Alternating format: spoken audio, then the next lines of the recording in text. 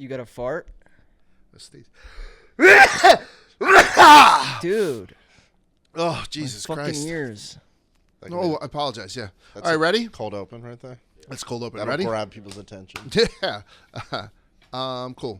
Hey, everybody. Welcome on back. It's the Rubbin' His Racing podcast. It's brought to you by NASCAR. It's been a great season, but the regular season is coming to an end this weekend in a big way. The boys are going down to the Coke Zero Sugar 400 down in Daytona Beach. It's going to be Saturday, not Sunday, the 26th of August, and it's a night race starting at 7 p.m. You can catch it on NBC. It's going to be a wild one. People are fighting for that last playoff spot, so make sure you tune in this Saturday at 7 p.m. on NBC to the Coke Zero Sugar 400. Like I said, we'll be boots on the ground as a company, having some fun in the infield, having some fun in the pits, doing whatever we can. So make sure you tune in this weekend. Daytona's a great way to end the regular season.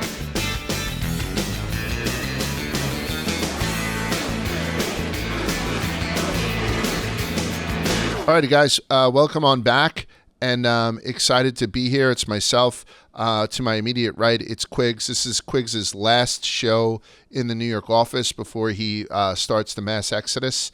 Like the Jews walking through the desert for 40 years.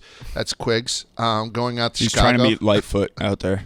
Yeah, he loves Lightfoot. Yeah, so We Quiggs should get is her on the pod. Yeah, Quiggs is moving out to Chicago, joining Spider. Quiggs is going to obviously still be doing all he does for us and all he does for all the football content and whatnot. And he's also going to be working on Lori Lightfoot's re-election campaign. So it's one of the things that he is looking forward to doing. Let's get right into headlines. Josh Berry is going to wield the 42 for Legacy this weekend. He'll be Gragson's replacement. That's just for this race. They haven't announced yet who will be representing them during the playoffs. So good for Josh. Josh Berry's got a lot of reps this year. Well, He's they the won't. official Right, they won't need driver. a representation for the playoffs. Oh, wait. The 42 won't wheel in the playoffs? Oh, I'm an idiot. Yeah. No. He'll be driving. He'll be driving for nothing. But Yeah. I forget. I was going to sometimes say, that. what happened, Quiggs? But enlighten us on My the rule brain changes. broke right there. I forget that everybody still drives, just not everybody's in the playoff. And so I don't know what they're going to do. So who's he driven for so far? He's stepping into Harvick's role. Replace Chase. Hendrick Replace Bowman. twice. Yep. Yeah. Right? And then this, and I think he had another gig cup where he stepped in last minute. I could be wrong, though. But anyway, I don't know. He's got a lot of good reps in, so he'll be in the 42. Staying with that, Austin Hill signs on with RCR for Xfinity for the next 2 seasons.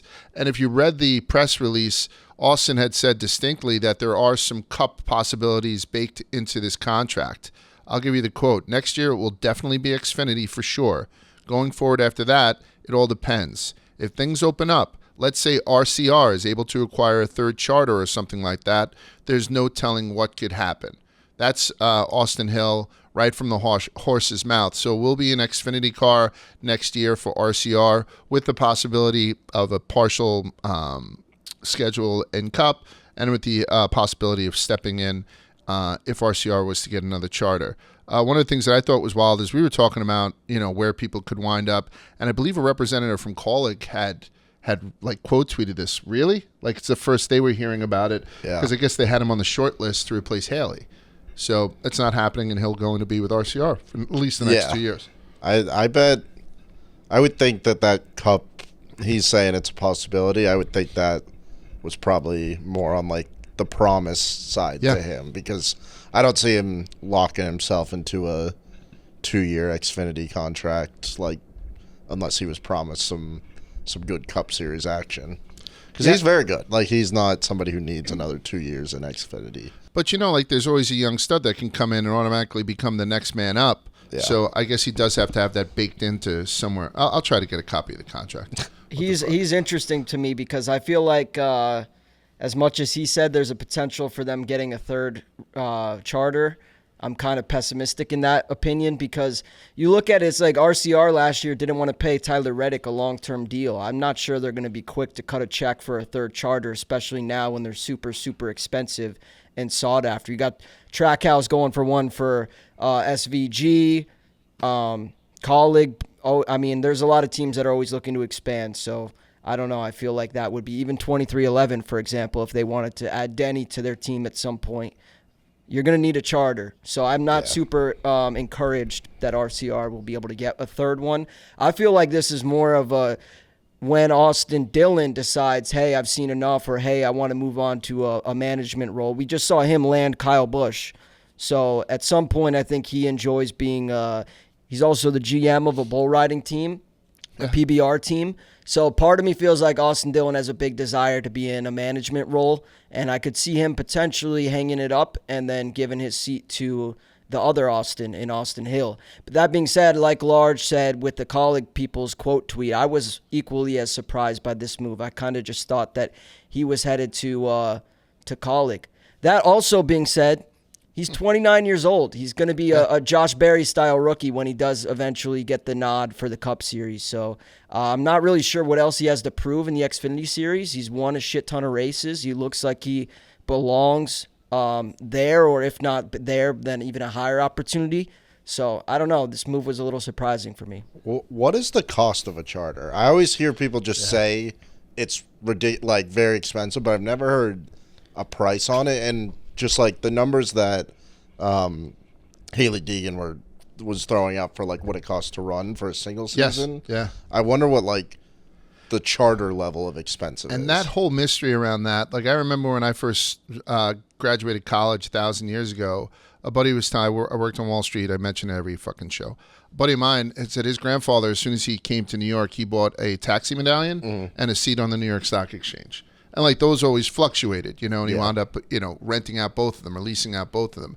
And now that charter thing has that, because it's not like big, like grabbing an NBA franchise. Yeah. Like, when you see these billions being thrown around. But I've always thought that it was just like one of those unattainable numbers. So I don't know. Got to get pockets on, I guess. This says, well, I guess it all depends on what the team that owns it is willing to part with it for. Right. But I think in the last 5 to 10 years, they've really been subject to inflation. Right now, allegedly, according to NASCAR, it's around $30 million, 25 to $30 million. And that's so you have to find a seller, or will NASCAR is NASCAR ever let you do an expansion, or as far as I understand, you have to buy a charter from someone? As far as I understand, all the charters that NASCAR had for sale or were offering have been acquired, and now it's just a matter of them changing hands amongst who owns what.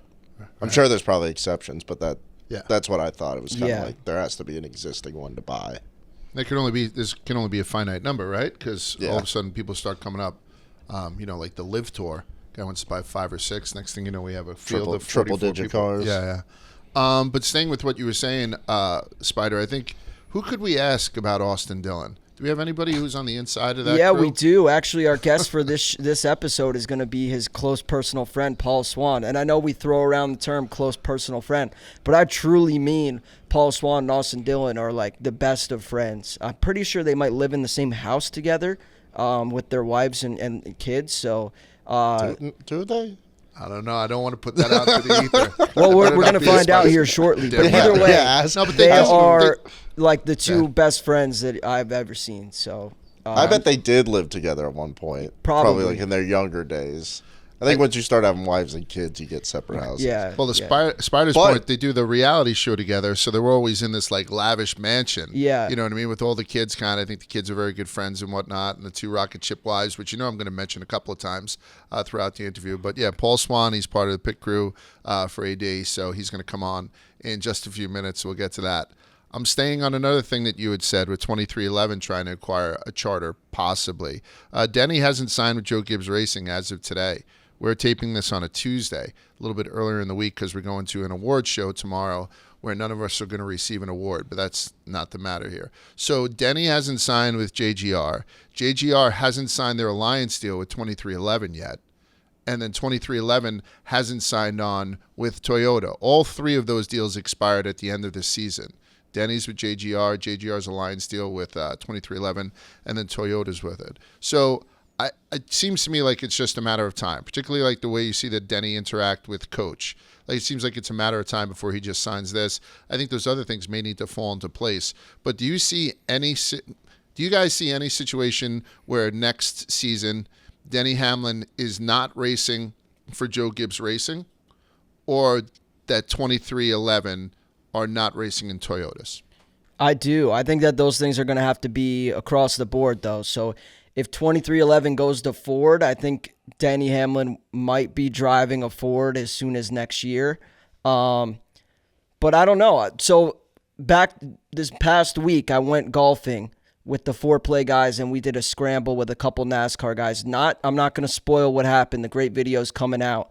But there was one shot where I got up to a par 3, and I said to Denny, I was like, hey, if I get a hole-in-one here, you got to get me a Toyota.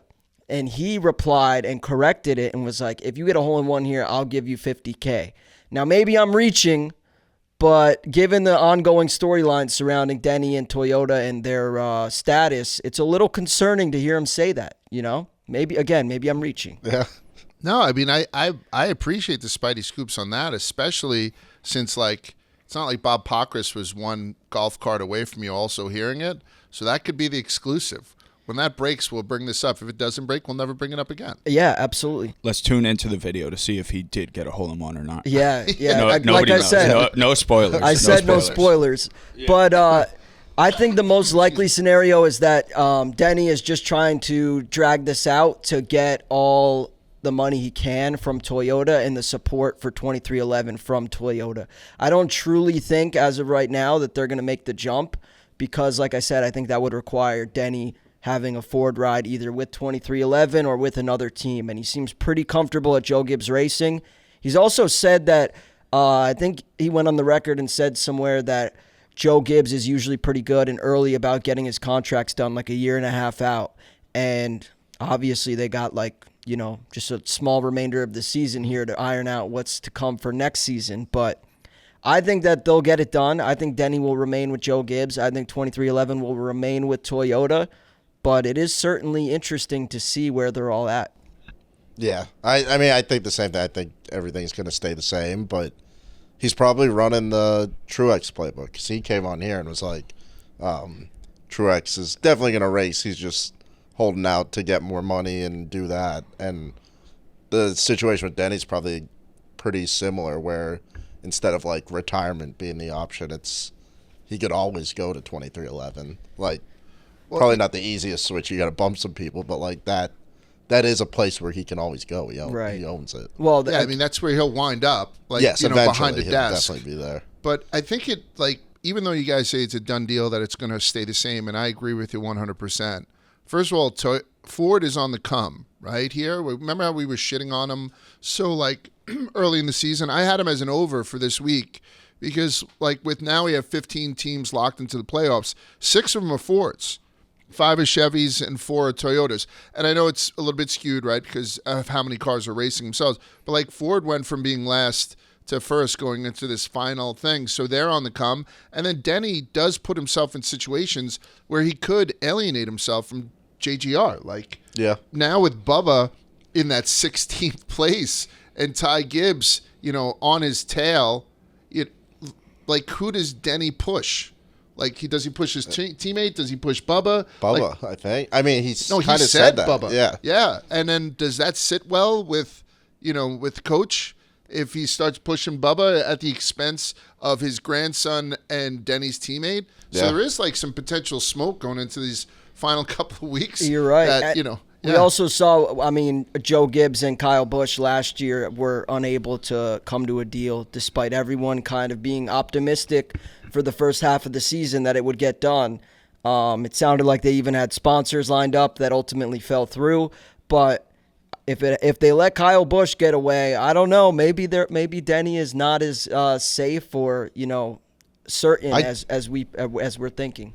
I do think that does become a real issue. Like here, if somebody had a side business that they did on their own, and at the beginning, like, Dave's fine with, like, do whatever as long as it doesn't take away from work, and then it starts building and getting better, and you put more time into it, and you're not as focused on, like, this job, you're doing Happens all the that.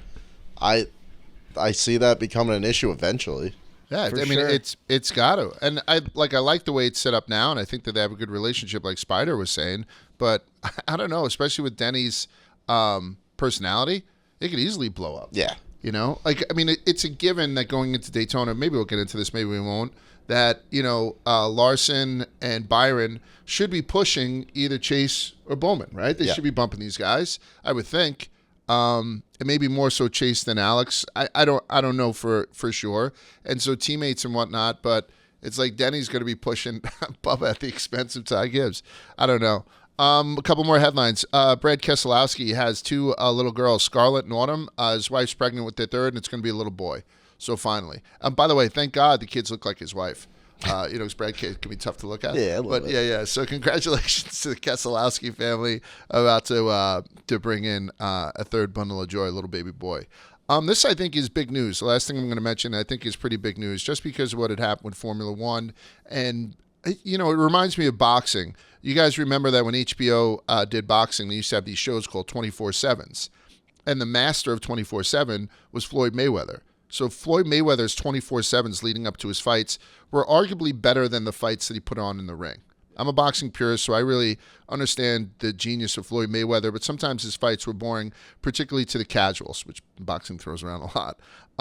So Netflix has been in talks for a while with NASCAR, but they begun filming their new sports documentary that tracks the upcoming NASCAR Cup Series playoff and champion race this fall. It's set to premiere now early in 2024 with 5 45-minute episodes. So this thing is happening, and I think NASCAR should be extremely pumped about this. The executive producers are the guys who gave us that Last Dance documentary with Michael Jordan, really? which everybody fucking loved. And then another executive producer is Dale Jr. So it's in pretty good hands, or at least it seems that way. Yeah. And I think this is great for the sport, great for us, great for everybody involved. What do you guys think?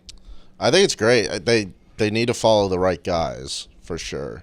Because usually shows like this will kind of have like 5 guys they like hone in on, and it needs to be the right guys, I think, because if there's a lot of people with good personalities in NASCAR and a lot of boring people, they got to make sure they get the right ones. But I don't know. This is kind of like a playbook for all leagues now. I think since the Formula One thing, it's because that just drove so many new fans. Every sport tries it in some way. But I think it would be awesome. I mean, I'll be tuning in. Yeah. It's more. It's not about like us though. It's more, can they get people who don't watch NASCAR to tune in? That's the hard part. They did it with Formula One.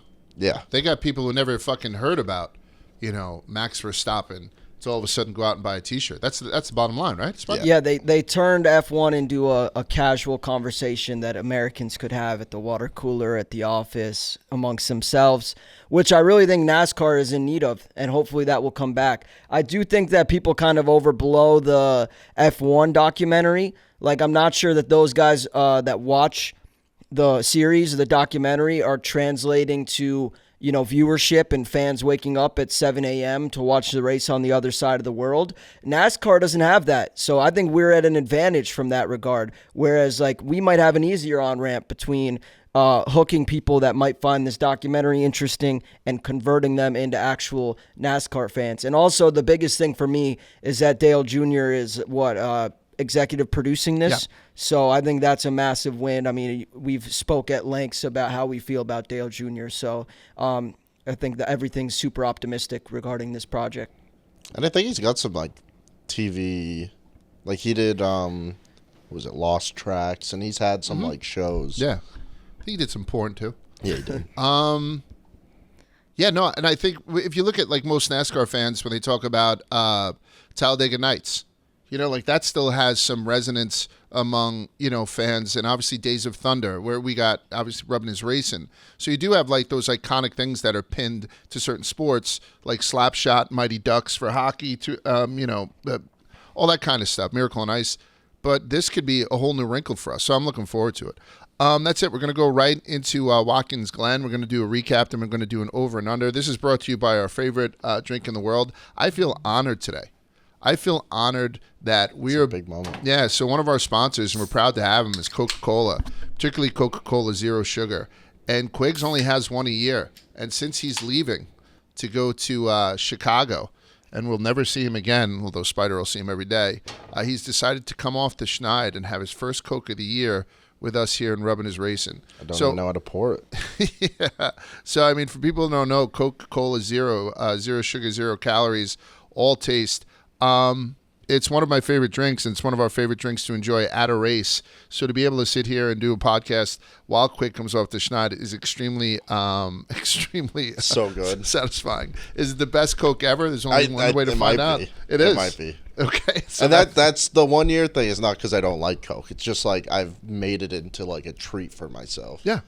No, you've always said it's a dangling carrot, and I think that's the way to go about it. You know what I mean? It means something. Yeah. So, is it the best Coke ever? Quig says yes. Do you say yes? Yeah, I would only say one yes. way to. Yeah, 100%. Every time we're at the track, we have one, especially with the Coke family of drivers. But for you at home to find out, there's only one way to know, and that's to try it out. So go and grab yourself a case of Coke Zero. Let us know. And again, we're going down to Daytona to the Coke Zero 400 this weekend. We'll be doing a bunch of content with the fellas, and we can't wait. So I'm going to do a sip of this. And then let's talk about Watkins Glen. We had some static. Like you're talking about this Netflix thing, who they follow, who did they not?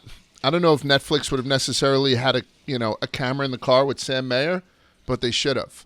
But they'll also, I guess, maybe be privy to all the dashboard cams and whatnot. They can pick and choose. Oh, I would think NASCAR gives them whatever they want. As these storylines develop, because I loved it. So the Xfinity race this week in Watkins Glen, I'll give you the rundown. So Ty Gibbs bumps to number 1 during those S turns, right? And then during an overtime restart, Sam Mayer, who drives the number 1, his crew chief said something like, "Give it back.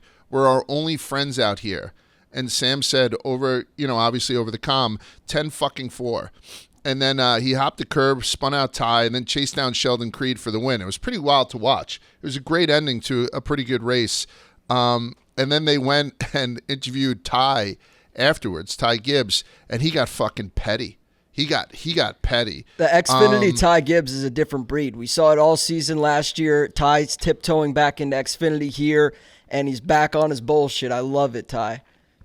He was dominating the race from what I understand. He got his first Xfinity race last week, so he was feeling pretty good about himself, and he was dominating this one. And he did make contact. Like, he did make contact with Mayer. I had watched it. It didn't seem like it was anything, too foul by any stretch of the imagination, but Mayer gave it back to him and spun out Ty, and Austin Hill got caught up in it, too. So then afterwards, they put a camera in front of Ty, and this is what he says. He's like, "Sam and I had come up together in the ranks in Xfinity. He has more starts," this is the quote, "he has more starts than I do, and this is his second win. So congratulations to him on the second win. I definitely wish I got my 13th here." That's fucking petty. I kind of like it, but now that Ty is a Cup driver, I mean, that's what he is, a Cup driver. I think it's wonderful that they pulled double duty, particularly in like places like Watkins Glen and whatnot, so they can kind of, feel the racetrack out a little bit.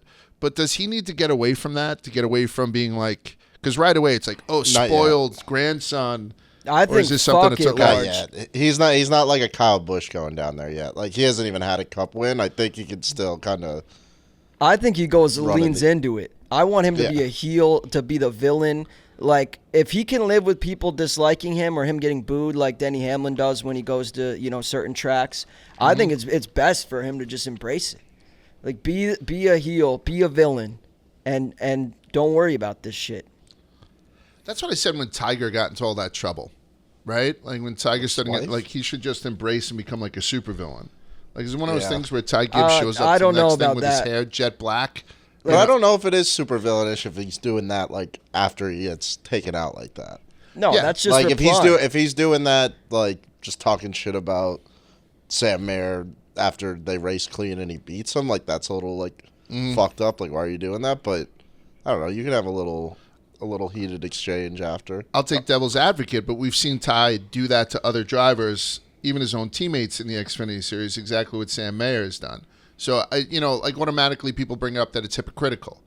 Spoiled, hypocritical, that's it. That's all I think the racing benchmark is a third party unbiased perspective for this wreck, and that third party person that I'm pointing to is Austin Hill, who said the same shit after the race. He said, I lost all respect for Sam Mayer after what he did. So that kind of, to me, justifies Ty's pettiness.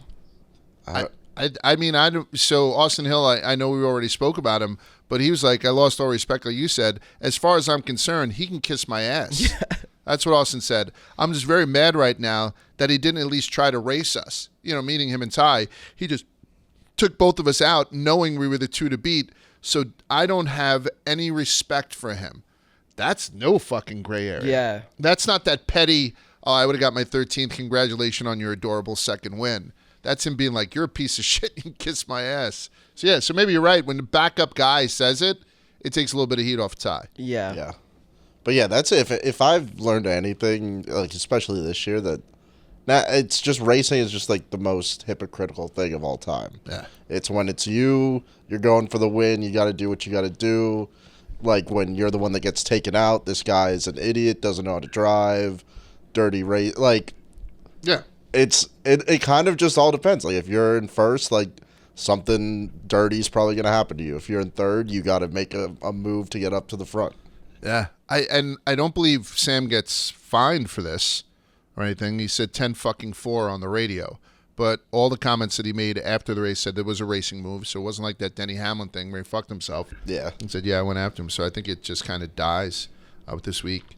That brings us into Sunday. 1 hour, 58 minutes, and 44 seconds. The quickest Cup race to run its scheduled distance since 1971.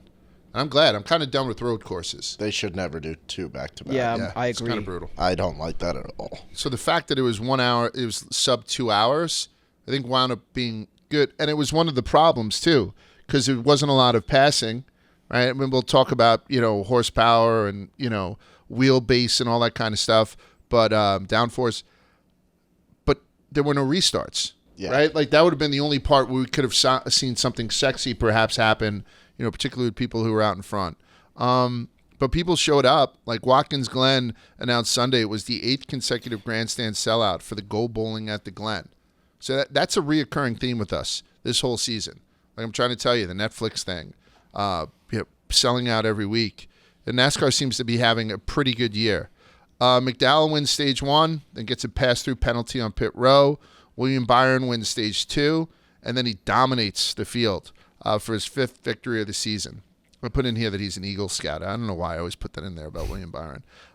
So 5 victories this season, and that winds up being the most of any. He has more wins than any driver in the NASCAR Cup Series, and the most for him in a single season in his 6 years in Cup. So kind of quietly doing that, too. Yes. I think maybe the way it's been spaced out, like he doesn't feel like he's dominating the season, but he's. I think at the beginning of the season it did. It felt like he was dominant. Yeah, I guess he got off. 3 in the first 6 or something like that. Right, and he says he goes through a slump every year. That summer slump. Came back, won Atlanta, a couple of weeks where he kind of shit the bed. Then he comes back and he wins his first road course in 26 tries. He's now the winningest driver in this next-gen car. I mean, all this stuff is happening. He's still wearing that big fucking stupid hat, too. Yeah. Love it. So then let me bring this up to you. So I locked him in with the NASCAR Future after he won that second race, and I got him at plus 850. And I think now it's down to plus 600. Should he be the favorite to win the championship right now? Because he's not. He's not. You still have Truex in front of him, as far as the sports books go. Truex and Hamlin in front of him. And then Byron, and then Larson right on his tail at plus 700. So it's MTJ is plus 410. Denny is plus 575. William Byron is plus 650. And Larson is plus 700. He probably should just based off performance, but of those 4 guys you named, if I was getting them all at even money, like they were all the same value, I think Byron would be the 4th guy that I would pick there. Rank him. And I might be biased there, but I like all the other guys over him. Think about it right now and rank them. Spider, rank them right now. Martin, Denny, Byron, and Larson. And now I know Martin has the most playoff points, so I guess you could factor that in. Yeah. Championship points. So I what think do you like? My first 2 are Martin and Byron. And I think Byron deserves a little bit more respect than what Quiggs is saying. Not that he probably does. No, he probably does. But I'm just a little biased, I guess. I'm of that opinion because we've seen him win at a bunch of different style tracks. You know, he had like the Atlanta Super Speedway, we'll call it. He just went on a road course in a race where his teammates, Alex Bowman and Chase Elliott, were really expected to be the road course guys at that track. So to me, I think Byron moving into the playoffs is a guy that has proved that he can get it done on a bunch of different tracks. I like him. And then Truex, same can be said. He's always a threat pretty much. You know, Martinsville, Richmond's of the world, and then you go to a road course and it feels like he's just dominant. So those are my two guys. And then I would probably put Denny third, Larson fourth, just based on, I know Larson still has good finishes, but it's not, he's not the driver he was with the old gen cars where he just ran away with everything. So for that reason, I'm probably most skeptical about his performance moving into the playoffs. But those are my top four. Mine's very different. Rank them. Larson, 1. Truex, Denny, Byron. That's a lot of disrespect towards a guy who just took his 5th checkered flag. I know. How about you, But Large? I'm a guy where I don't know. I feel like those top 3 are like killers out there. I don't think Byron's got that like winning mindset. I'm splitting them. Like, so I'm Which sort is of tough to say about a guy who has the most wins. But yeah. I think I'm going Byron, Truex, Denny. I'm putting Byron first. Yeah. Byron, Truex, Denny, and Larson. And like Denny and Larson are a coin toss for me, but Denny's got 4 top 3s in the last 5 races. Denny Hamlin's hot. Yeah, he so turned he's it a on. hot hand going into the playoffs. Yeah. So I'm going to But show I think him. Larson's the best driver in the entire Probably. series. I It seems like he agree just with has that. Problems. Yeah. But at the end of the day, I don't think he's shown the best thus far. I think he's the most talented, but I don't like. Yeah. You can't argue with 5 wins. You can't argue with Truex and Denny recently. They've been on fire. So I need more from Larson. Talk about 2 more people before we move on. Bubba, 16th spot going into Daytona. Ty Gibbs is 32 points behind him with a P5 finish this week. Congratulations, Ty Gibbs. Does Bubba hang on and make the playoffs? Does somebody Yes. else who hasn't won win in Daytona? Or does he, wreck early and somehow Ty gets in on points? That's what I think it's going to be. I think one of them is going to get caught up in something that completely ruins their season, which sucks, but I think that's going to be what it is. I kind What of is- think Go. Bubba gets in. I think he's been a nasty force at pretty much all the plate tracks. So I think if there's one guy I look for this weekend, it's Bubba. And sure, there's always the chance that it's a first-time winner, or as Quigg said, they get involved in a wreck early on. But I'm taking Bubba over Ty Gibbs. I mean, it seems like the pressure is on Bubba. He was downright emotional in the post-race interview at Watkins Glen. He was very happy with his performance. He was very happy with his performance. I think he said it was the first time this season he's been proud of himself. Yeah. And we've seen how he said, I should be fired in other times, like earlier in the season. So, I mean, I think he understands the weight, the gravitas, if you will, going into this final thing. Let's talk about somebody who, Chase Elliott ran out of fucking gas. Where's Yeah. Chase Elliott for you guys now? With one race to go in a wide open Talladega, how do you feel about his chances? Oh, it was bad. We were all convinced he was making it in 5 weeks ago. That was my only bet this week, and I felt very confident. And, maybe not even confident, but it was like, he needs to win. I'm, do it and dying with Chase. I put 5 times what I normally put on a bet, and just seeing him stopped in the middle of the road because he ran out of gas in a situation where it was not a huge fuel there's a lot of tracks where they really push it, and the fuel management game's a big deal. He just ran out of gas for no reason. Also, that's one of the biggest crazy. courses. I feel like you can't, for them to expect to get 3 laps out of that. It's not like they're at Richmond or a short track.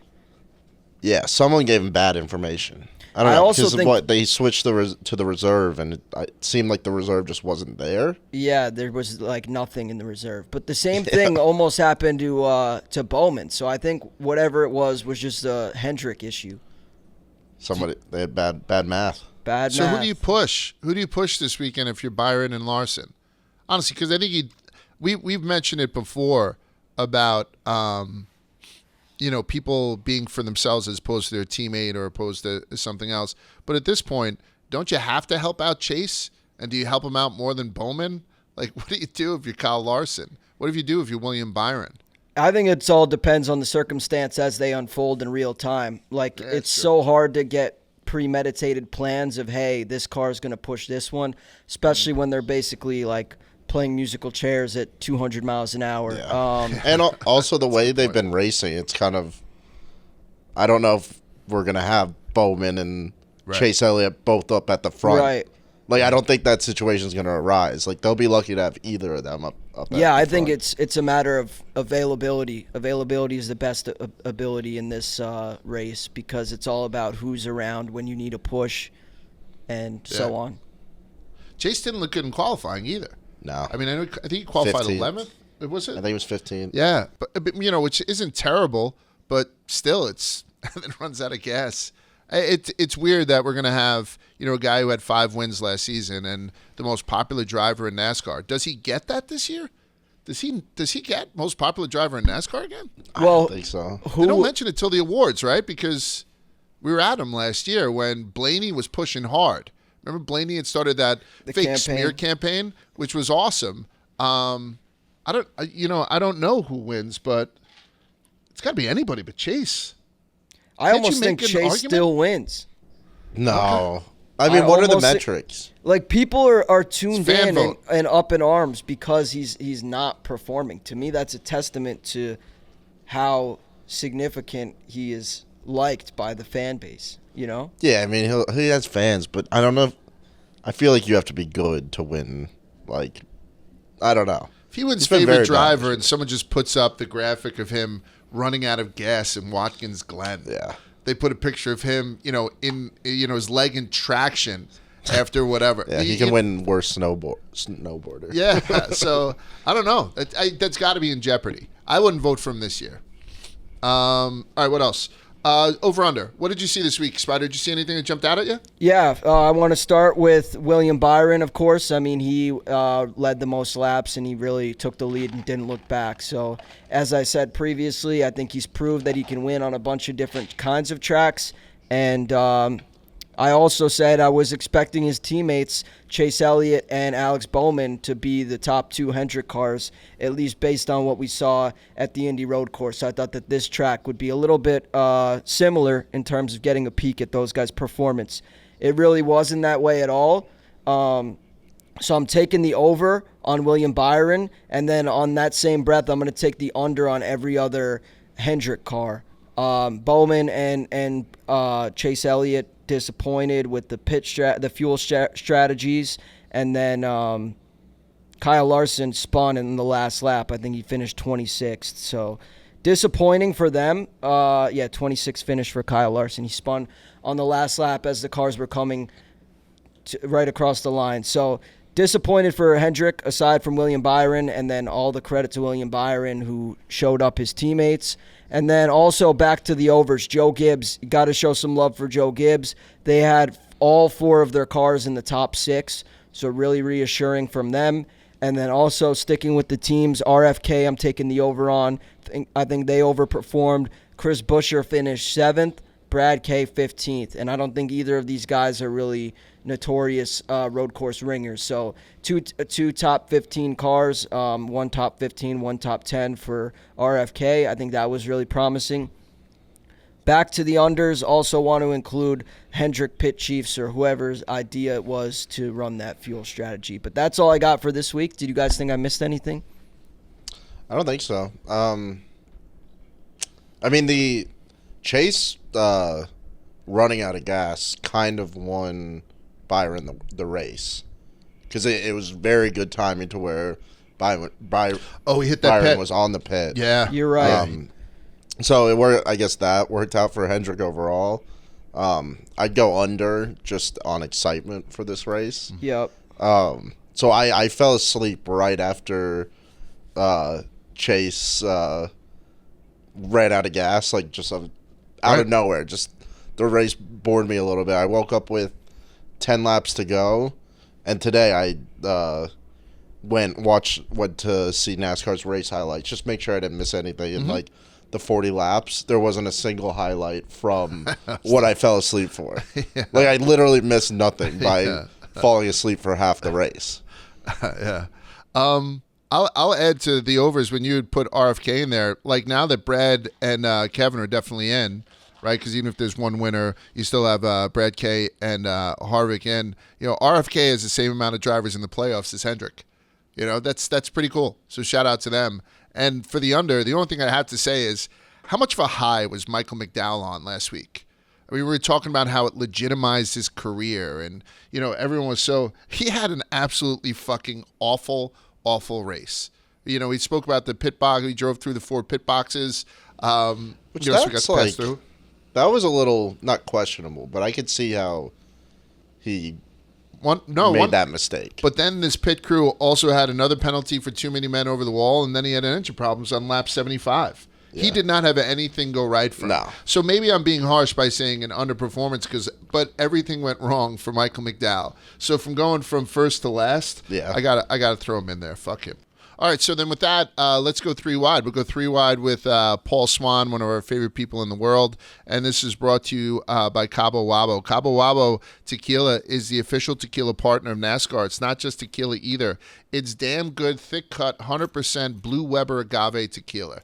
I got that in the back of my head, burned, Spider. It's the boldest drink It going. sounds like the highest quality agave you could get. 100%. Cabo Wabo Tequila and NASCAR are teaming up to bring thick-cut flavor to race days at home and at the tracks. The Cabo Wabo Smoke Show is Cabo Wabo Tequila's signature cocktail made for the NASCAR partnership. Spider and I enjoyed a couple at the track just a couple of weeks ago.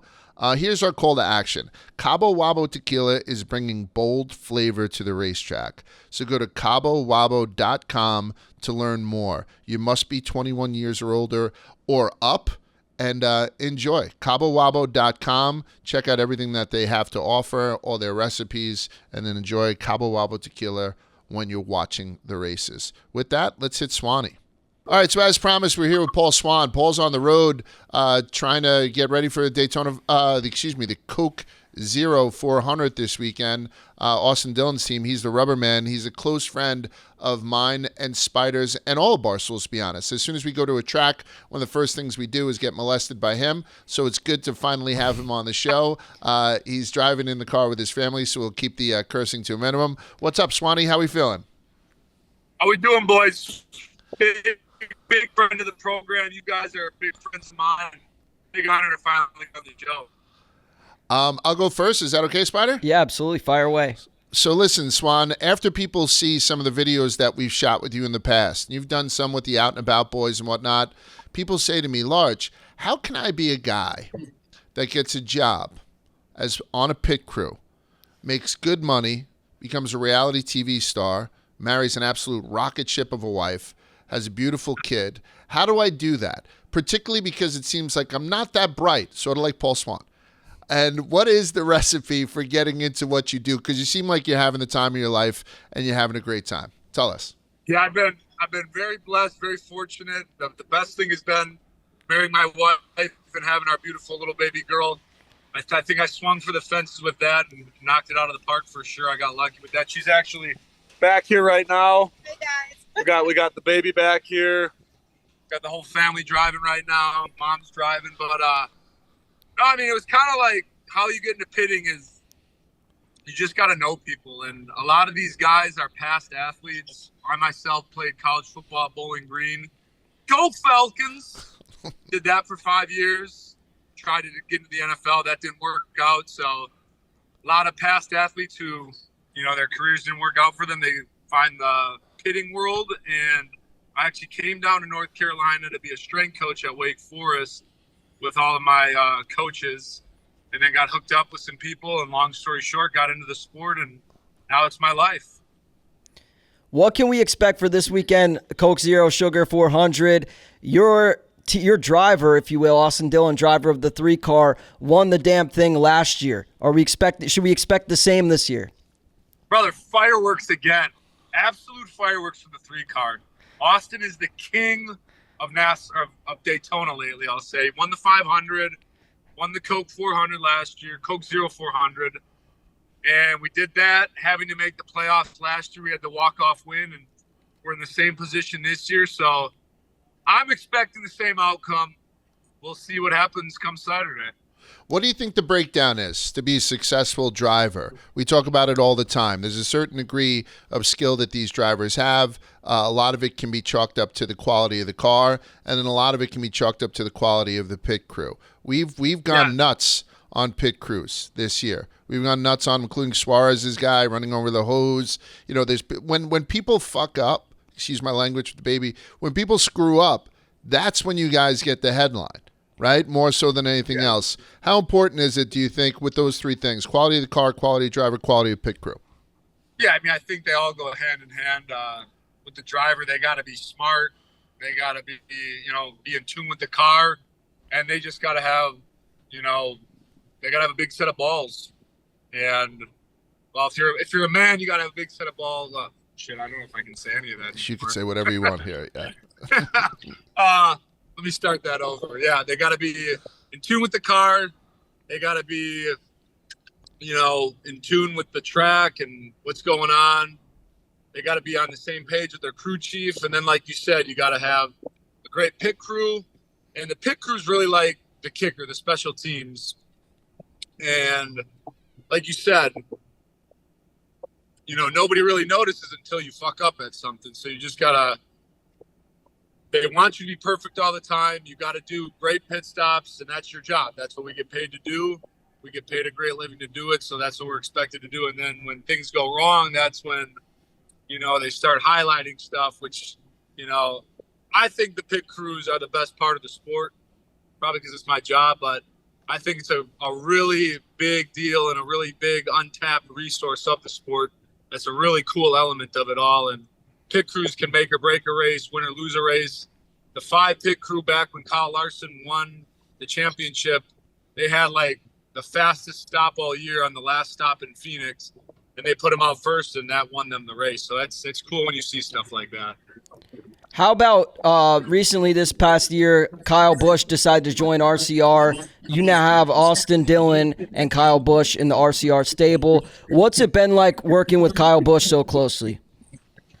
It's been awesome. I mean, he's been so great for the company. Obviously, he's come in and got 3 wins, and he's one of the goats of the sport. I think everybody can agree he's one of the best drivers that's ever raced in NASCAR, and he's a easy first ballot Hall of Famer. So his knowledge, his experience, him working with Austin, it's been so awesome for everybody. And he's a really great guy. I don't know why so many people boo him all the time. I guess he likes to be the villain, but he's a really good dude. I'm going to ask you too. He's lagging a little bit, but I think we're good. You still hear me? Yeah, I got you. You guys are good. Okay, cool. All right, so I'm going to ask you too, even outside of the track, you caught a little bit of the acting bug with Life in the Fast Lane, doing a reality show. I mean, is there anything, so when you come out of Bowling Green Go Falcons, right, and you think you're going to do some sort of strength conditioning, perhaps some sort of coaching thing, you pivot and you become the rubber man for Austin Dillon, right, in RCR, and you're having a fantastic time. Then it goes and you parlay it into going into a reality show. Do it. Is life like moving pretty fast for you? Is this one thing where, like, do you want to go back to TV after this is all done, right? We talked to drivers about what they're going to do when they finally get out from behind the wheel. What happens to Paul Swan? Because you're a ton of personality, you're moderately good looking. Like, where do you think that you'll be when you decide to hang him up? Well, if I'm as good looking as lucky as you two, I'll be on a podcast or start more TV shows. But I don't know if I have the face like you, Large. Thank you. No, I mean, I love being in front of a camera. I don't think there's any secret about that. I love showing my personality and just having a blast and showing the fun we get to do. The TV show, when that happened, I was super excited about that. I was definitely the most excited, I think, and I think I showed that on camera. But I would love to do another TV show with the 3 of or the 4 of us, and that was a blast. But I haven't really thought too much ahead of what happens after pitting, but I definitely want to do something that's in front of a camera.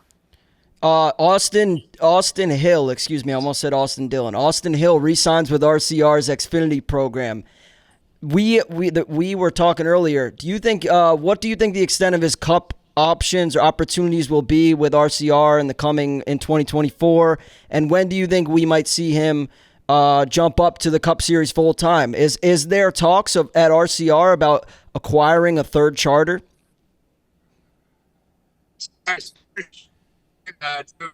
So he can be the next box, I think. Listen, I may have to have you re-say that just because you're breaking up a little bit. Okay. Let me say it again. Spider's trying to get me to give him all the information for next season so he can be the next Bob Cockers, or maybe be better than Bob. That's right. He wants that insider info, but no, I mean I think eventually he'll be in a Cup car for us. I mean, I hope he is. He's a great driver. Just these charters are expensive, man. So we'll see. We'll see what happens. It'd be awesome if we had a third car and Austin Hill was the one running. I think he's a phenomenal driver and he's a wheelman behind that thing. So hoping he gets a championship. If we don't get the championship with Sheldon Creed, I hope Austin wins it with that 21. So we'll see what happens. Sticking to the Xfinity, recently Austin Hill had some pretty strong words for Sam Mayer following that wreck, as well as Ty Gibbs. What was your take on all of that? It's tough, man. Sam Mayer's a Wisconsin boy like myself, so I like him for that. But I don't know. I mean, it is what it is. Ty wrecked him that one time and got the win. He wrecks Ty and gets the win. I think it's good to have those rivalries in NASCAR and see the fighting that's going on. I remember Ty gave him that right hook that one time when he wrecked him and got him. So it's fun to see the fighting. It's fun to see the action and see these guys get pissed off at each other. And I think it's good for the sport. There are some monsters on pit row. Like there are. I mean, I remember when I brought the two guys down from Bussin' with the Boys, and then everyone started to get down and do push-ups. And I said it smelled like a bullfight. There's just so much testosterone in the air. Brother, So there is a lot of testosterone on pit road, especially in that 3 box. I don't realize that I have such low T until I get down those pit boxes. And then honestly, I feel like I should put on a bra. But now, in all honesty, so when you see your guys get into fights, right? You see your driver throw a helmet at somebody, and you think that it's going to get a little bit froggy. Is there a rule where you guys can't jump in? Because it seems like NASCAR lets the fighters kind of handle it themselves until that one black security guy gets in there and stops Noah Gragson from throwing a punch. Like, is there an unspoken rule? Because if these pit crews all of a sudden come off the sideline, I mean, that could be a battle royale that you could sell tickets to it. Oh, absolutely. I didn't like that security guard stopped Noah from landing that punch. I wanted to see that fight play out, and I think it's good. Like I said, it's good for the sport. Hockey, they let you fight in hockey, and everybody loves it. It's great for the sport. I think they need to let these drivers duke it out like they do in hockey, but they really frown upon when the crew members kind of get into the fights. They don't want them touching the drivers and all that, but I'd love if we got to be able to be in the brawls. Most of us on pit road, we all know each other and we're all pretty cool with each other as the pit crews to pit crews, because a lot of us have worked together in the past and bounced around from different teams, and we get to know each other pretty good. But man, if I see a driver swing on Austin, I'm going to want to get out there and knock him a couple punches for sure. How would you feel about NASCAR implementing a rule similar to the NBA has, whereas you cannot leave the bench? If there's a brawl on the court, the other players not on the floor cannot leave the bench or they'll be suspended or fined. Do you think that same rule should apply to pit crews? And also we should fire NASCAR security guards. That way the drivers can fight at length without anyone interrupting them. I like that. I think the security guards need to stay out of it too, but man, it was back in 2019 when Reddick was going for the Xfinity Championship, and him and Cole Custer got into that big brawl, and Custer's road crew started attacking Reddick and put him in a headlock. So, we sprinted from our box, and I went and yanked that dude off of Tyler, who was putting him in a headlock, and then I kind of calmed Tyler down, and, we were about to get in it with – that was their road crew. That was Custer's road crew, and we were about to get into it with them. But we more came to de-escalate the situation versus trying to fight the situation. But we were ready to go if they were ready to go. I hear And we didn't get in trouble for that, but our higher ups kind of gave us a talking to after that.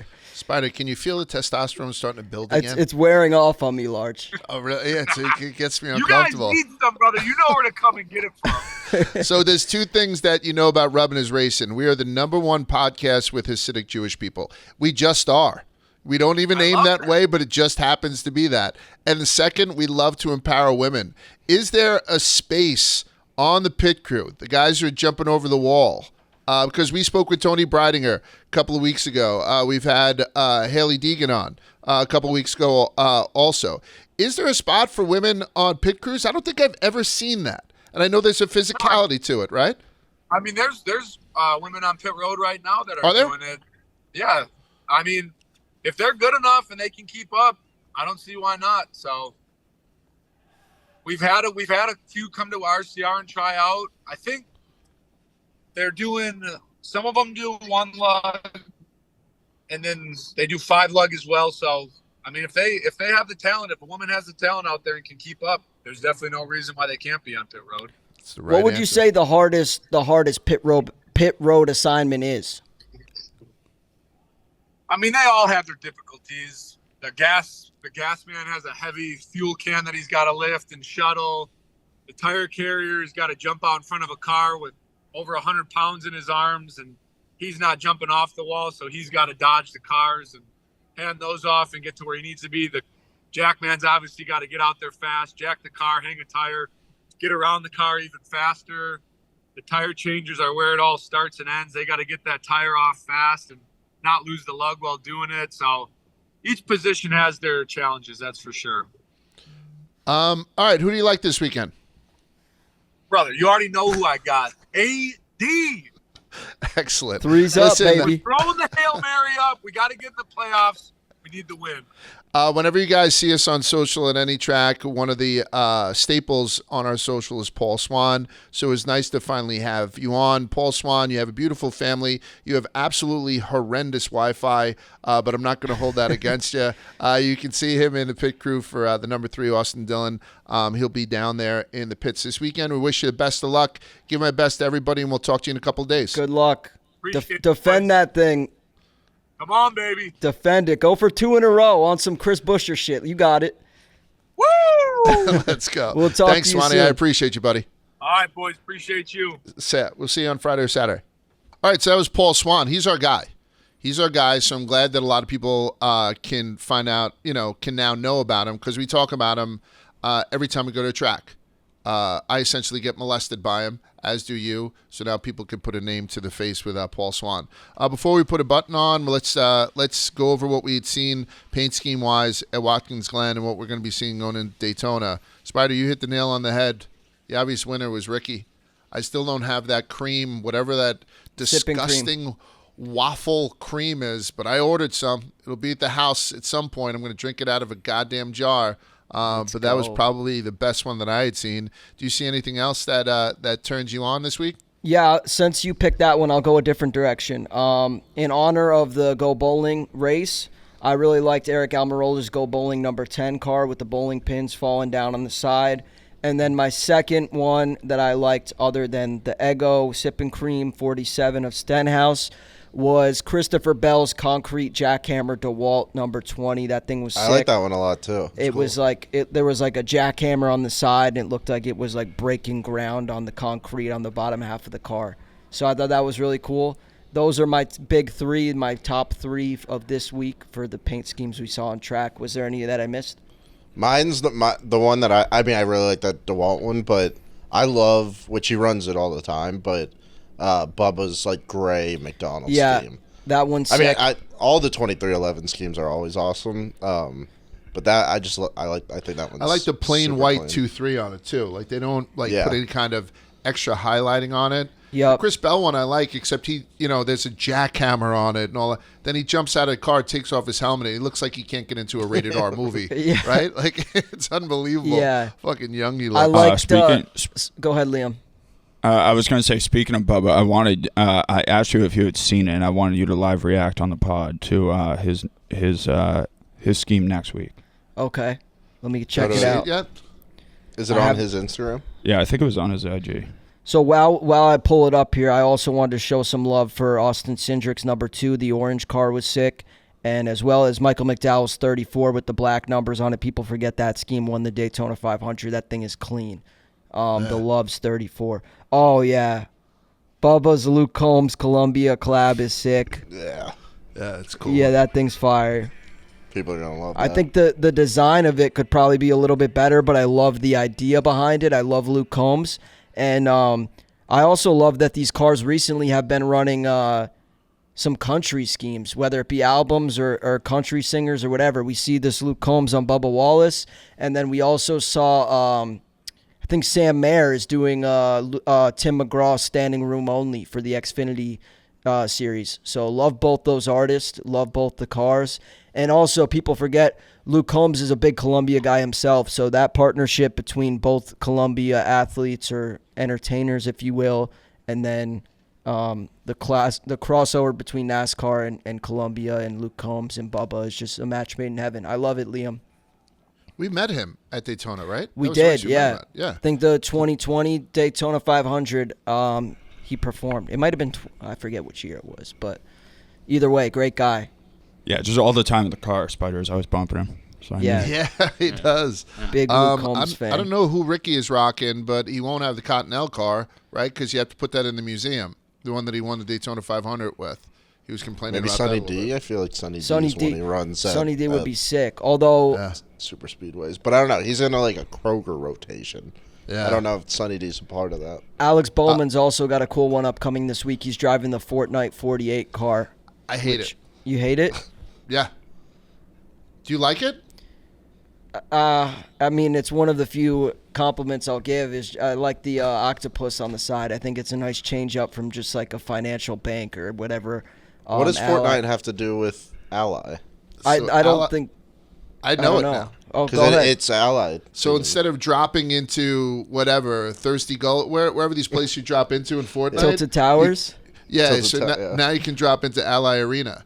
And so Alex Bowman actually has the code on the hood of his God. car. You know, it's a right now a 12-digit code. It's on the hood of his car that you can type in so you can drop into Ally Arena. I That don't is really. so lame. I don't That keep is up so with lame. Fortnite a lot, but that sounds like the biggest sellout move of Yeah. all That's time. what I mean. You Like, have I like an kinda like- investment bank branded. But Spider says map. like, and they do have like that squid kind of ink in the front of his car, and they have the blobfish on there by the 48. But I don't know. I don't like this one. I'm going against it. I'm not even a big Fortnite guy, but I just like the fact that we saw Rocket League last week. We saw Yeah. Fortnite this week. Feel like if we can just convert on all these young gamers and get them paying attention to NASCAR, true. that's a big dub. What did I call it? Thirsty Towers? You said Thirsty Gullet or something. Yeah. Yeah, the oldest person in the world. Jeb Burton is wheeling the 22, and he's using the same paint scheme his dad Ward won the Daytona 500 with in 2002. I think that's cool. And Yeah, I then- love that. Yeah. I think Jordan Anderson is also driving the 27, so his team owner, Jeb's team owner, is wheeling the car that Jeb normally would drive. Right. And then people at first were like, oh, is Jeb not racing? And then it turns out he's racing in his dad's throwback. Also, Jeb's nasty on the plate tracks. I think this is a good opportunity for him. Could be a great storyline to see him win in that throwback scheme that his dad drove. So Where do you we're get the win pulling this for you. year? Talladega or Daytona? I believe it was Talladega. That's what I was thinking. Be great to get both. That would be. And then Wawa. Wawa's stepping up, and there's going to be 4 cars running with the Wawa paint scheme on it. People who don't know what Wawa is, it's the favorite like gas station, convenience store for people who've never been to Buc-ee's. Something people who've been tells to Buc-ee's me- know better. You Yeah, know? I feel like our audience is well versed with the gas stations, whether it be Wawa true. or Sheetz. Buc-ee's. I don't Yeah. know. Wawa's very like, It's kind of Northeast. northeastern. and like really just like, not Philly, like Yeah, Pennsylvania. I was gonna say I always know hear it- Philly people talk about It it. extends outside of Pennsylvania a little bit, I think, but it's pretty centered around there. But you know, I like it. So they're wheeling 4 cars in the Xfinity: Decker, Moffitt, Yelly, and Joe Greff, who's from Mahwah, New Yeah, Jersey, up by perfect. me, 2 towns north of me. I spoke to him actually on DMs. We're going to grab some pizza at Kinsley's one of these days. So he's a Northern New Jersey guy, and he's going to be wheeling the Wawa car. So They're I kinda kind of like ugly, that. but the concept of it is great. Yeah. Yeah, 'Cause I that's, like- that's their like brand new drink is like those like gradient. Oh, those bullshits? Yeah, so Yeah. it's like I think they're like refreshers or something. Where Be I love something, Be something good to have if you were going to like Thirsty Gulch. yeah. Thirsty Gullet. That would be Okay. perfect drinks. No, I love the it. I love Fortnite when spot. the sponsors do Slurp multiple juice. cars in the race, but sometimes. So like when there's 5 Monster cars in the race, or there's like Yeah. 3 Bass Pro Shops cars that look nearly identical, that I'm not super fond of. But I love Wawa and what they're doing here, having multiple cars in the race. Maybe one of them can win the thing. And we're going to be there. Like I know, I mentioned at the onset of the show, we're going to be down there. I think we're going to be in like the owner's box for the Xfinity race on Friday. Another flex for us. But so we'll be there live. Cheer these boys on. All right, let's preview Daytona. And this preview is brought to you by NASCAR. The NASCAR Cup Series regular season finale is set. 16-driver playoff field takes place at Daytona with Saturday's Coke Zero Sugar 400 starting at 7 p.m. Eastern on NBC. So 400 miles on a 2.5-mile super speedway. That's 120 laps. The stages will be 40, 40, and 80, right? Austin Dillon is the defending race winner. Ricky Stenhouse Jr. won the Daytona 500 in February. As you know, he was one of our first guests this season. And that's it. The trucks are smart. They're racing up in Milwaukee this weekend, where the high is only in the 70s. But we're going to be down in Daytona sweating our dicks off. It's going to be 90s with a 20% chance of showers. So there's going to be a little bit of humidity in the air. It's not going to be good, Spider, for me. I'm going to tell you right now, St. Anne, my wife, I mention her every now and again. She called up Pat Savage, one of the guys up on 3. He's a hustler. He's one of the sales guys that is always making outgoing phone calls. I love the guy. He was like, go get my husband an ad deal with some sunscreen because he's going to get fucking roasted. It's genius. Yeah, it's genius. And while she had him, she was like, and by the way, get him and Spider a tux thing for when we do the award show at the end of the year and we go down to Nashville. So keep in mind for that. But not only are we going down there, Friday, we can preview this, right, Spider? What we're doing Friday? Oh, yeah, Of course. absolutely. Yeah, so Spider, tell them what we're doing Friday.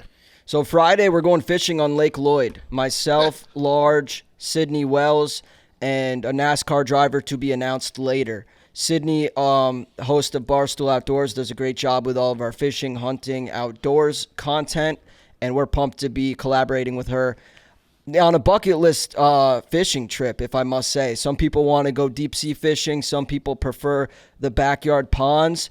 My personal preference is Lake Lloyd, a fucking 30-acre pond in the infield of Daytona that's stocked with like 60,000 bass, I want to say. And we'll edit this part out if we're unable to catch any. But I feel pretty confident in our ability to get it done between Sydney showing us the ropes and hopefully a well-versed driver that is familiar with wetting lines. So stay tuned for that. It's going to be a great video. And I don't know. I'm sure we'll have our perspective of it, as well as I think Sydney's planning to make a video out of it on Barstool Outdoors. So subscribe to both pages and stay tuned for that. Do you get the feeling I'm going to be embarrassed again? Like Sydney had asked, "Do you guys fish?" And I said no. Let me and see then you- you said no too, which you lied about.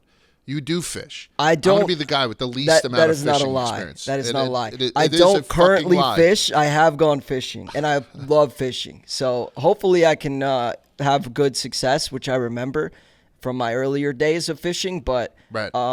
still excited for the opportunity nonetheless. I think we got 2 boats going in the water there at Lake Lloyd. So going to be super awesome. Large, let me see you throw out a cast right now. Like, do What's like that? So so you keep your finger on it, right, as you're bringing it back, and as you come through, that's when you release zzz, like Okay, that, not right? bad. And then boom, and I mean, bang.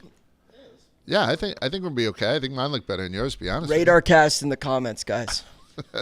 And one of the other things we got to mention too. So Sydney comes over and asks us if we'd have any interest in doing it, and so we said absolutely. But it sounds like a semantics nightmare. You can't just show up at Lake Lloyd and start fishing necessarily, particularly with a camera crew and a social guy and this. So we had called up Morgan, but Melissa was on it with us also. Yep. And they're like, yeah, we'll have 2 boats ready for you. And Sydney's like, will they have, tackle and all that shit? And they're like, whatever you need. I was like, will there be beer? Whatever you need. Will I get wet? Like I'm asking all these questions like an absolute fucking infant. So we're doing that. We're doing this Friday morning. We'll be fishing in Lake Lloyd. So if you're down in Daytona, stop by. Like I said, we'll be in the infield tearing it up, and then we'll be everywhere else tearing it up during the race. 65,000 fish. Bill France ordered the lake to be stocked with 65,000 fish. We got to get one of them. It seems like a lot. Yeah. I mean, that also changes, too. They have babies. The lake goes as deep as 60 feet. Yeah. Did you just hear Quiggs explain to us a little bit about birds Wait, and what did he say? fish? Yeah. Oh, they So probably reproduced? Yeah, so Yeah. he's telling us they probably had some babies. I'm Quiggs sure- breaking it down. I'm interested to know, do you think the population has gone up or gone down? I feel like that lake has seen some shit in the infield of Daytona, all the runoff from the oils and like the fuel, and then all Way the shit up. in the infield way up. Yeah. I would think. I mean, by, that thing's definitely not overfished. I think by Daytona Monday, like after the 500, that lake's got to be 15% urine too, right? Just from fucking drunk people all around it. Yeah. You know, the infield gets. I mean, I know it's not Talladega, but you know, it gets a little bit randy itself. Urine's good, though. I'm looking forward to it. Nutritious for the fish. Yeah, 90 and sunny, 95 and sunny. I think by the time we shove off, perfect for me, absolutely perfect. All right, with that, let's pick the tires. I had mentioned to you guys that we have some stuff to do with Barstool, so we're taping this a day early. So in our defense, there just aren't many lines up yet. There aren't many lines up. So have you guys seen anything that you'd like to throw a couple of shekels on? I mean, you can basically pick some winners here if you'd like, but otherwise. But by the way, I got Byron for a great price last week. Holy shit, Byron What'd you top get him? 5 plus 275. I was going to say, That was a steal. that was that the correct number? Yeah, It's the that number that you said. No, that was the number on Wednesday. Okay. That was the number that I locked in, the Yeah. number that I won. Oh, great, Yeah. yeah. And then that went to even. Because I saw people like in the comments being like, "There's no chance you got him at this number," and I was like, "I just go off what gets said out loud because we do it on Wednesday, and then when I'm making the card Saturday, the lines all move." Plus 275. Win. Confirmed. Yeah, that's an unreal confirmed. price. That's Yeah, a great yeah. hit. Great snipe, large. Yeah, and it just looked off. So that's what you're going to see this week, by the way. You're going to see all that because the Daytona 500 is wide open. Daytona 500 is one of those wide open races where it's going to get crazy towards the end, and they're going to be 4 or 5 wide. So you're basically going to be able to get middle of the road odds on a bunch of drivers. They're going to be all bunched up here around plus 2,000 and whatnot. Anybody jump out to you guys? You want me to go first, or what do you want to do? Why don't you go first? Or, Me? yeah, one of you guys. Quiggs, it sounded like you had something there. Well, but no, how- I'd prefer to go last. Okay. I came in with a card, and I'm scrapping everything I had. Really? Yeah, I forgot about strategies that happen in the final race. Okay. I'll explain it when we get to my pick. I think that Ross Chastain 25-1 is worth a shot. We've seen him have success at super speedways last year, and he's been kind of dormant. So I think this might be a good comeback spot for him, and I'm willing to take a flyer on him 25-1. His teammates 20-1. Daniel Suarez 20-1, but for whatever reason, I prefer the longer odds in Ross Chastain. So I'm gonna rock with him, and you know how I get down at super speedways. I usually throw like 25 drivers at you. I think that there's a couple guys in the back that are worth a sprinkle. And I'll maybe put like a quarter of a unit on 4 of these guys. Brendan Poole, plus 50,000. I met him earlier this year. We did a go-kart race together. I've seen firsthand the kind of driver he is. And Spidey Scoops. That's right. Back here with a Cup opportunity. He formerly raced in the Cup Series. I think he can. I don't think he can get it done, but I think if he does get it done, I want to be involved. So I'm going to sprinkle a little on Brennan Poole at plus 50K. And then other guys, Riley Herbst. This guy has never won a race, but he's a good buddy of ours. He's racing in the Cup Series. He's plus 10,000, and I feel like he really shows up on the plate tracks as well. So I think that might be worth a little tiny sprinkle. I'm not saying a whole unit. Sprinkle something on him. And then also, There was one other guy. Oh, Austin Hill plus 7,000. Another guy not super familiar with the Cup Series. Don't get me wrong, he's raced there before, but I don't know. Plate track, anything can happen. I think it might be wise to sprinkle some of the guys with super long odds, and those are the guys that I'm going to be doing it for. Brendan Poole plus 50,000, Riley Herbst plus 10,000, Austin Hill plus 7,000. And then Ross Chastain. I do like Ryan Blaney, plus 1,100, but I feel like I take him at every plate track, and he always finishes like second or third. So maybe we don't have odds right now for a top 5, top 10, top 3 on Blaney, but I would probably check that out as well if I were you guys. And then Denny Hamlin, same thing goes for him. You can't really go wrong with Denny at Daytona. Another guy I'm interested in maybe taking is Kyle Busch. Holy shit! I love when you just get going on the super speedway. Let me cook. You just start running down a list. Yeah. I mean, everybody, and that's the whole deal with Daytona, Spider. Everybody kind of looks good. Yep. Oh, Right? yeah. Give me one more. You're about to go one more. Fuck it. Let me see who else we got. I mean, if I had to add one more, it might be Chase Briscoe plus 3,000. I feel like he's a good threat at the plate tracks as well. So, that's my card. Make of it what you want. I don't even know how many picks I gave at you. Sprinkling the back runners, and then one unit on Chastain, and then maybe Ryan Blaney top 10, depending on where those odds are. You're not going to get a lot for him top 10. Right, just because he's plus 1,100 to win. I think this is one of those ones where, and I'm loving top 5s and top 10s lately. Yeah. But this one's, I think, like to Spider's point, you look at these guys, you have to take a shot that anybody could fucking win. Yeah. I think I like Brad K. I think I like Brad K plus 1,200. I like that. Right? It's I don't think he should be plus 1,200 though. I thought I should get a little bit more out of him. Yeah. Like Chase Elliott shouldn't be plus 1,200 either. But everyone's like rooting for Chase, so I think they want to throw some money. Brad K being plus 1,200, I don't like. I thought it should be like he should At be least 2,000 The 2,000 guys, like Martin Truex is plus 1,800. Kyle Larson is plus 1,800. Alex Bowman, William Byron, all these guys are less than him. Does that scare me off of that? I kind of like it, Lawrence. There's a reason he's 12-1. You look at Talladega earlier this season. He was, I think we all picked him going into that race, or at least the public did. He was a big time. Maybe I'm arguing to Quiggs' point that his odds should be longer because I don't think he had a great result in that race. But I don't know. I think Brad K, he's probably hungry for a win after his teammate Chris Buescher has 2. So I think this would be a good opportunity for him to get it done. I agree. I would like his odds to be longer, especially given that he's winless. But yeah, I think like Bubba probably at plus 1,600. I don't like that. Yeah. All right, I'm gonna stick with it. Brad K plus 1,200, and I'll tell you, when you go down to manufacturer winner, Chevy plus 125, Ford plus 130. I don't like, whatever those aren't good odds. No. Toyota plus 350 is a little bit better. And like I said, anyone could win. So if you have Martin, Reddick, and all these other people, I think I'm going to grab Toyota plus 350. So those are the two that I'm going to take right now. I'm going to take Toyota plus 350 and Brad K to win plus 1,200. Do I need to throw one more out, you think, or no? Throw like 10 more out. I don't think so.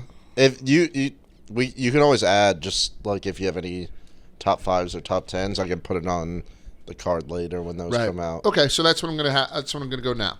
Go ahead, Quicks. I'll be quick. So my original plan was I wanted 23-11 and Ty Gibbs because I don't know, I like both of them in this race, but I forget that a lot of times when you're on that cut line, you don't even try to win the race. You're just trying to make sure you finish ahead of the other guy, or if that guy gets out, all you want to do is finish clean. So my pivot is Kevin Harvick plus 2,800, a guy who I said will not get a win. I like him at plus 2,800, and then I think I'll still have to wait for the number, but I think I'm going to do Harrison Burton top 10. Okay. He's plus 7,000 a win. I would think his top 10 would probably be around 550. Yeah. Yeah, you'll probably get good thing on him. Tyler Reddick got long odds for this race, huh? I know. That's why I like 23-11. It felt like getting Bubba and just tossing him in for free. Yeah. I got him sort of with the Toyota.